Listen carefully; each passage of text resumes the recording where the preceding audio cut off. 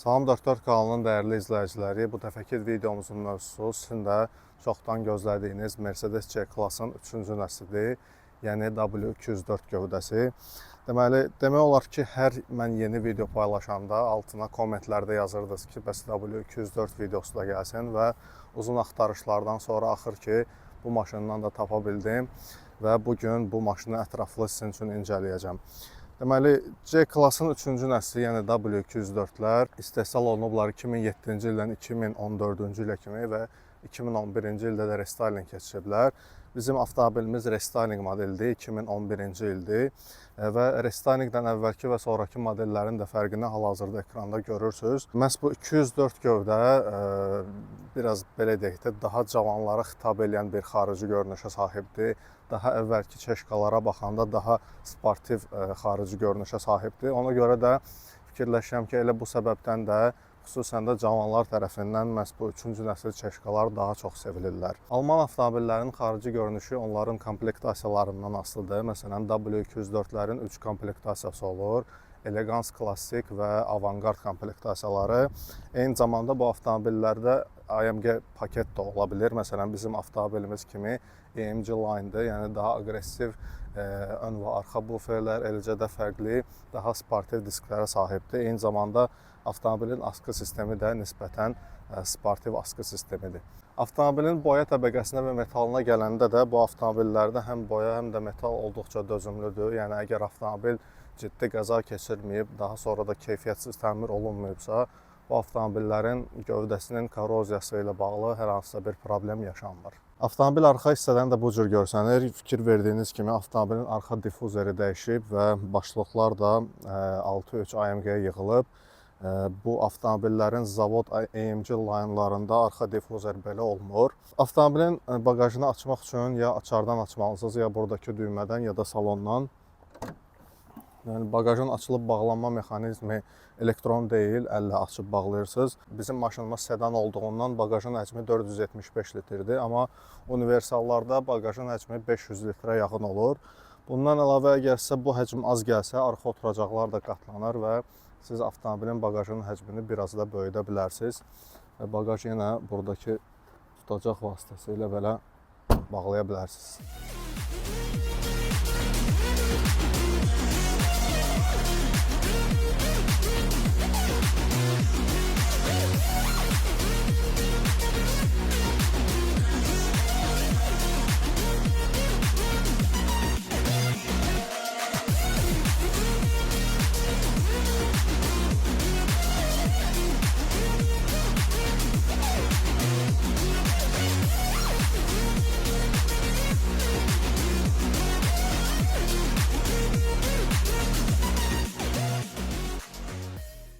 W204-ün salonu nə də olsa daha böyük qardaşlarına baxanda kompaktdır.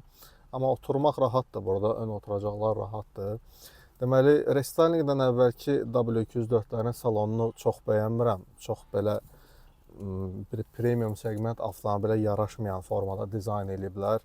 Amma məhz bu restyling modellərdə artıq salon daha belə samballıdır, daha belə gözəldir və hiss edirsən ki, bu artıq daha Mercedes-ə oxşur. Və bizim avtomobilimiz əlbəttə ki, AMG line olduğundan AMG sükan da var bizdə. Deməli, avtomobilin oturacaqları dəri ilə üzlənib, amma bu əsl dəri deyil, imitasiyadır. Yürüşü az olan avtomobillərdə dəri yaxşı görsənir, yaxşı vəziyyətdə qalır, amma məsələn, bizim avtomobilimizdə 240 min kilometr yürüş olduğuna görə artıq dəridə, xüsusən də bu sürücü oturacağında və sərnişin oturacağında, hansı ki, ən çox istifadə olunan oturacaqlardır, burada artıq dəridə müəyyən defektlər əmələ gəlib. Və ümumilikdə bu avtomobillərin salonu, yəni Mercedes keyfiyyətini özündə əks elətdirir və ona görə də uzun müddət yaxşı vəziyyətdə qalır. Amma burada məsələn bəzi yerlərdə bu ucuz plastiklər var ki, məsələn bu hissələrdə, bu ön konsolda burada bunlar cızılmağa meyilli plastiklərdir. Amma belə məsələn yuxarıdakı hissələr, bu qapılardakı plastiklər olduqca yumşaq materiallardır, keyfiyyətli materiallardır və məsələn hətta sürücünün qol altında belə burada xüsusi bir ciddi problemlər yoxdur qapı karterində. Düzdür, sükan artıq dərisi də müəyyən qədər aşınıb və zədə görüb, amma avtomobil əlbəttə ki, yeni avtomobil deyil. 200 min kilometrdən çox yürüşü var. Yəni belə şeylər normaldır. Müəyyən düymələrin üstündəki rəngin getməyi və s. Bizim avtomobilimizdə gördüyünüz kimi bu mərkəzi konsolda mebel işləmələr var, amma bu avtomobillərdə məsələn alüminium işləmələrlə olan interyerlər də olur. Sükanımız qeyd elədiyim kimi AMG sükandır, multi sükandır. Sükanın mexanizmi elektrondur. Yalnız sürücü oturacağının yaddaş özəlliyi var, 3 rejimli. Amma daha yaxşı komplektasiyalarda məsələn sərnişin oturacağının da yaddaş funksiyası var. Oturacaqların qızdırılması özəlliyi var. Cihazlar paneli analogdur, ortada bord kompüter var. 3 ədəd yumru bu həmin illərin Mercedeslərinə məxsus formada. Monitorumuz var. Avtomobilin sahibi qeyd edir ki, uzun müddət bu monitora gün düşəndə, qızmar gün düşəndə monitorun bir hissəsində xətt gedə bilər. Deməli, dirsək altlığıdır, kompakt ölçüdə bir ədəd USB çıxışı da var burada. Bundan əlavə günlüklərdir, məhz bu güzgü ilə təchiz olunmuş. Bizim avtomobilimizdə lük da var, amma panoramik tavanla təchiz olunmuş W204'lər də olur. W204'ün arxa oturacaqları gördüyünüz kimi kifayət qədər dardır. Məsələn, ön oturacağı mənim boyuma görə tənzimlənib, yəni 1.75 metr. Və gördüyünüz kimi mən özüm öz arxamda çox belə desək, biraz narahat otururam. Diz məsafəm demək olar ki, yoxdur. Baş məsafəm var müəyyən qədər. Yəni, məsələn, 3 nəfər burada oturmağı biraz problem olacaq. Xüsusən də bu avtomobil arxa ötürücülü olduğu üçün bu mərkəzi tunel də kifayət qədər hündürdür və üçüncü şəxs burada məcbur olmadıqca oturmasa yaxşıdır. Belə özəlliklərdən dirsək altlığımız var. Burada bir bölməli stəkanlıqlar var.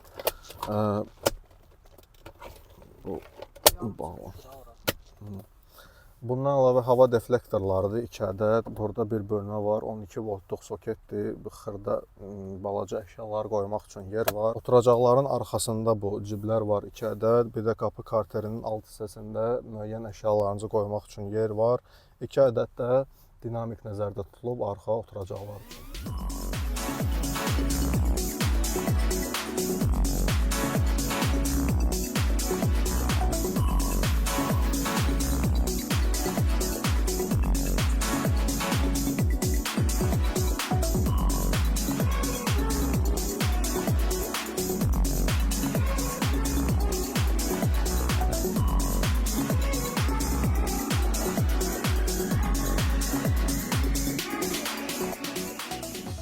Kapotun altında bu W204'lərdə Alman maşınlarına məxsus olaraq bir neçə mühərrik olur və bu maşın da istisna deyil. Amma ölkəmizdə ən populyar mühərrik, hansı ki bu maşınlarda tapa biləcəyiniz bu M271 benzin mühərrikidir.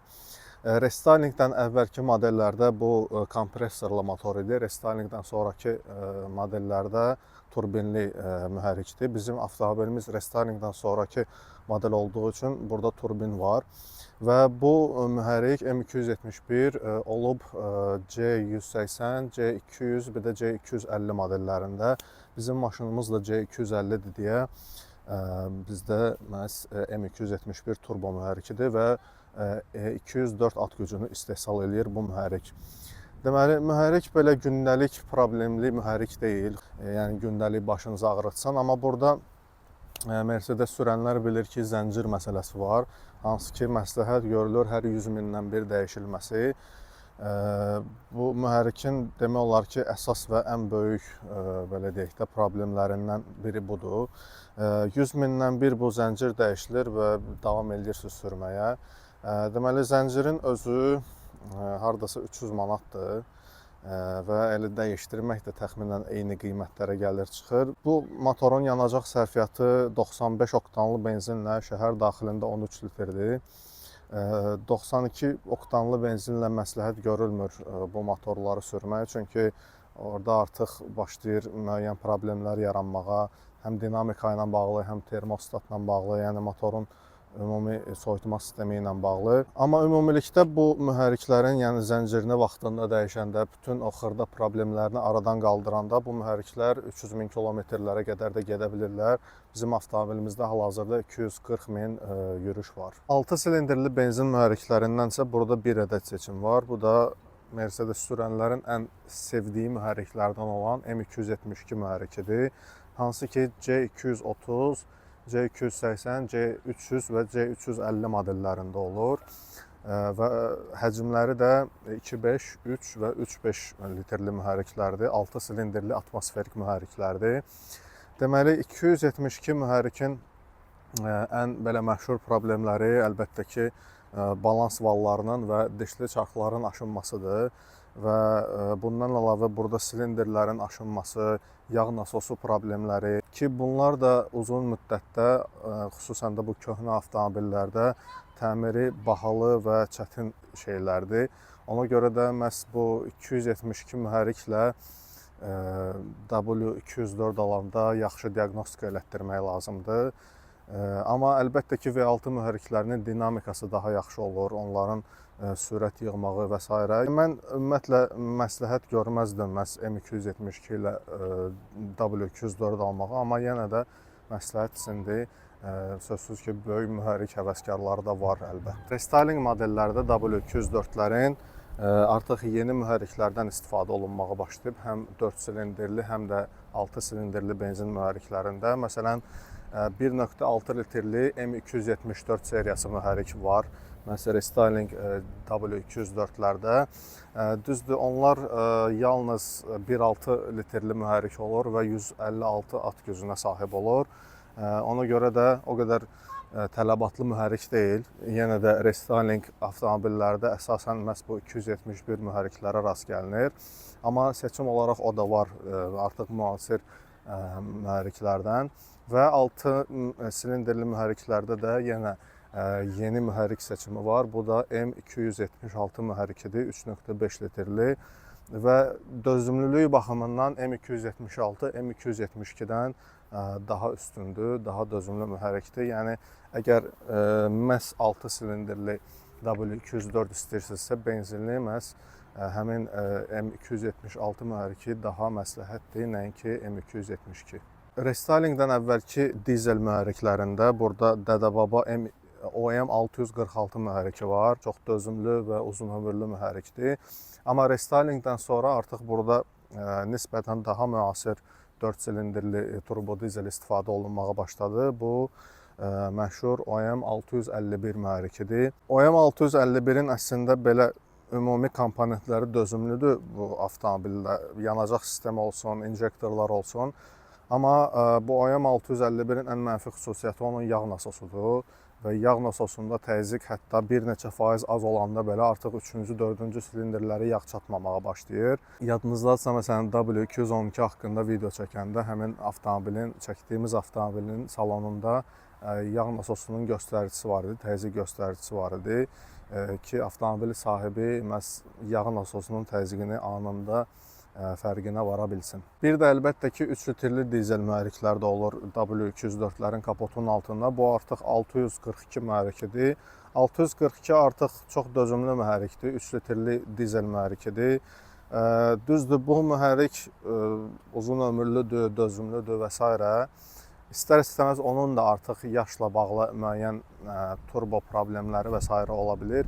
Düzdür, bunlar həll olunan şeydir, amma təəssüf ki, ölkəmizdə bu 3 litrli dizellər çox tapılmır, az rast gəlinir. Ona görə də əksər vaxtı sürücülər dizel mühərriki ilə avtomobil almaq istəyəndə məhz ya 651-lə ya da 646 mühərrikləri ilə W204-lər alırlar.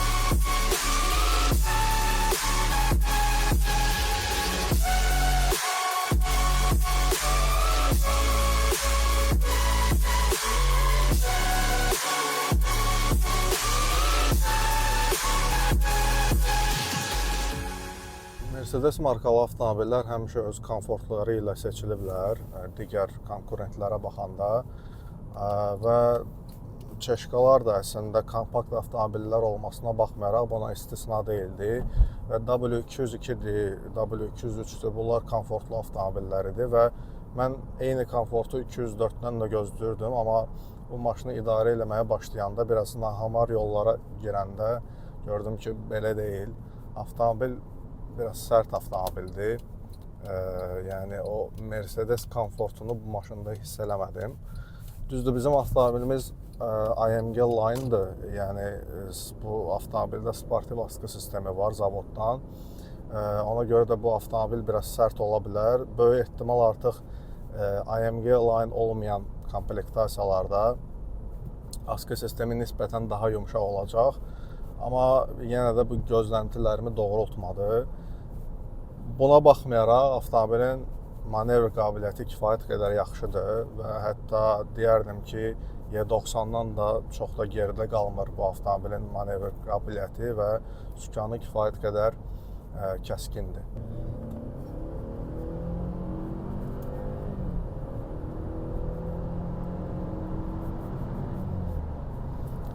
Bunlar mildir. Mən də deyirəm, niyə 100-ə çatmamışıq hələ. Baxmayaraq ki, 1.8 litrli mühərrikdir, turbonun sayəsində avtomobilin sürətlənməsi kifayət qədər yaxşıdır. Hətta günümüzdə belə bu sürətlənmə bu maşına tamamilə bəs eləyir. Dinamikanın arxasında əlbəttə ki, təkcə mühərrik dayanmır. Burada sürətlər qutusunun da rolu var və W204-lərdə bir neçə ədəd sürətlər qutusundan istifadə olunub. İstehsalın ilk dövrlərində, yəni restylinqdən əvvəl burada 4 silindrli mühərriklərlə ya 5 pilləli avtomatik sürətlər qutusu olurdu, 5G-Tronic, ya da 6 pilləli mexaniki sürətlər qutusu olurdu. Və bunların ikisi də olduqca dözümlü, uzun ömürlü, ölümsüz sayıla biləcək sürətlər qutusudur. Amma restylingdən sonra artıq bütün avtomobillərdə 7G-Tronic sürətlər qutusu istifadə olunmağa başladı, 7 pilləli. Və bu 7G-Tronic ilk əvvəl biraz problemlər yaradırdı öz sahiblərinə. Məsələn, onların idarə etmə bloku ilə, elektronikası ilə və bu temperaturu ilə bağlı problemlər yaşanırdı. Amma məsələn, bu avtomobildə avtomobil sahibi qeyd edir ki, hələ ki sürətlər qutusu ilə bağlı bir problem yaşamayıb. Və əslində bu sürətlər qutusunun yağını vaxtında dəyişəndə, çox belə 6-3 AMG kimi sürməyəndə bu maşınları, əslində sürətlər qutusu kifayət qədər uzun ömürlüdür və gündəlik sürüşdə də hər hansısa ciddi bir problemlər yaratmır öz sahiblərinə. Bu avtomobillər ya arxa ötürücülü olur, ya da tam ötürücülü olur, yəni formatik tam ötürücü sistemi ilə təchiz oluna bilirlər. Bizim maşında arxa ötürücüdür. Arxa ötürücülü xüsusi bir mürəkkəb konstruksiyaya sahib olmadığından, yəni burada bir xarab olacağı bir şey də yoxdur demək olar ki. Eyni şey formatik tam ötürücü sistemi ilə bağlıdır demək olar ki, bu Mercedes-in sedanlarında formatikdə çox ciddi problemlər yaratmır. Əlbəttə ki, bu istər arxa ötürücüdə, istər ön ötürücüdə bu reduktorların yağını dəyişmək lazımdır vaxtında. Bundan əlavə hər hansısa bir ciddi problem olmur bu maşınlarda. Askı sistemi də bu çeşkalarda, 204-lərdə yalnız yaylı askı sistemidir. Pnevmo olmur bu maşınlarda. Öndə McPherson'dır, arxada çox linglidir. Amortizatorların ömrü hardasa 100 min, 200 min arasıdır. Məsələn, bu maşında artıq 245 min kilometr yürüşdür və avtomobil sahibi qeyd edir ki, artıq amortizatorları dəyişməyin vaxtıdır. Bir də avtomobil sahibi qeyd edir ki, hər il ön askıdakı qolları və bu el arasında razvalni dediyimiz silent blokları dəyişdirmək lazım gəlir və qolların qiymətləri hardasa 45-80 manat arasıdır firmadan asılı olaraq və bu razvalnilərin də, yəni silent blokların da qiyməti təxminən elə 40-60 manat civarında olur. Bu maşını sürəndə baxmayaraq ki, artıq 15 ilin maşınıdır da. 15 ilin maşını olmasına baxmayaraq, yəni maşını sürəndə qram salondan hər hansısa bir yerdən səs gəlmir. Balaca da olsa, çeşka da, yenə də Mercedes-dir də. Bu maşınları sürmək köhnə də olsa zövqlü bir təcrübədir. Uzun sözün qısası, W204 bir Alman avtomobili kimi, bir premium segment Mercedes kimi yaxşı avtomobildir, komfortlu avtomobildir. Bu avtomobili sürmək zövqlü bir təcrübədir. Amma istər-istəməz bunlar artıq köhnə avtomobillərdir və ikinci əl bazarındakı W204-lərin bir çoxunda gürüş artıq 200 min kilometrdən yuxarı olduğu üçün məlum məsələdir ki, bu avtomobillər xərc tələb eləyəcəklər. Və bu avtomobillər texniki baxımından kifayət qədər mürəkkəb avtomobillər olduğundan, yəni burada elektronikada askı sistemidir, bunlar bahalı hissələr olduğundan ya avtomobil alanda bütün işləri görülmüş avtomobili alın, ya da ki, avtomobil alanda artıq qiymətdə müəyyən endirim istəyin ki, daha sonra bu görüləcək işləri məhz siz öz cibinizdən eləyə biləsiniz. Bu qədər dəyərli izləyicilər, bu videonun da sonuna gəlib çatdıq. Gələn videolarda görüşənədək kanala və sosial media hesablarımıza da abunə olmağı unutmayın. Sağ olun.